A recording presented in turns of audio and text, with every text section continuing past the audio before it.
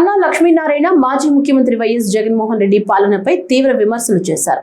2019 నుంచి 24 మధ్య దళితులకు అన్యాయం జరిగిందని ఆరోపించారు. డాక్టర్ సుధాకర్ ఘటన, డ్రైవర్ సుబ్రహ్మణ్యం మరణం వంటి సంఘటనల్ని ప్రస్తావిస్తూ వైసీపీ ప్రభుత్వాన్ని విమర్శించారు. మాస్కులు అడిగినందుకే డాక్టర్ సుధాకర్ ను వేధించారని, ఆ ఘటన ఆయన మరణానికి దారితీసిందన్నారు. అలాగే డ్రైవర్ సుబ్రహ్మణ్యం హత్య ఘటనపై కూడా తీవ్ర ఆరోపణలు చేశారు. ఎస్సీ ఎస్టీ సప్లాన్ నిధులు మళ్లించారని, కార్పొరేషన్ రుణాలు రద్దు చేసిన ఘనత వైసీపీ ప్రభుత్వానిదేనని విమర్శించారు. రాజకీయ ప్రయోజనాల కోసం జగన్మోహన్ రెడ్డి డ్రామాలు చేస్తున్నారని, కోడికత్తి ఘటన కూడా అందులో భాగమేనని ఆరోపించారు.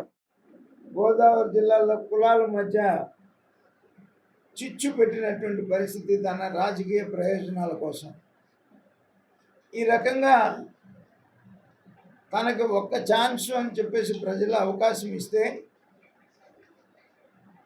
ప్రజారంజకంగా పాలించాల్సింది పోయి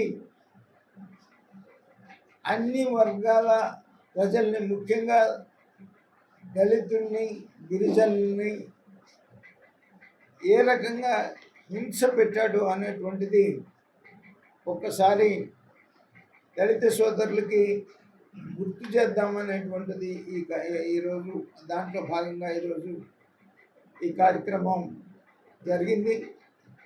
దళిత సోదరులారా, మోసపోకండి. ఇవాళ ఎన్డీఏ నేతృత్వంలో ఎంతో అనుభవం కలిగినటువంటి చంద్రబాబు నాయుడు గారి నాయకత్వంలో ఎన్నో సంక్షేమ కార్యక్రమాలు జరుగుతున్నాయి. జగన్మోహన్ రెడ్డి ఇచ్చిన దానికన్నా కూడా ఎక్కువ సంక్షేమ కార్యక్రమాలు ఇస్తున్నాం, అభివృద్ధి చేస్తున్నాం. రాజధాని నిర్మాణం మనం జరుపుకుంటున్నాం శరవేగంతో.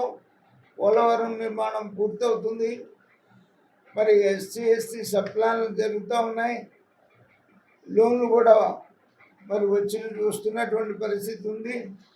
వీటన్నిటినీ దృష్టిలో పెట్టుకొని మీరందరూ కూడా దళిత ద్రోహి అయినటువంటి జగన్మోహన్ రెడ్డి మాయలో నుంచి బయటపడాలని చెప్పేసి ఈ సందర్భంగా నేను దళిత సోదరులను కోరుతా ఉన్నాను.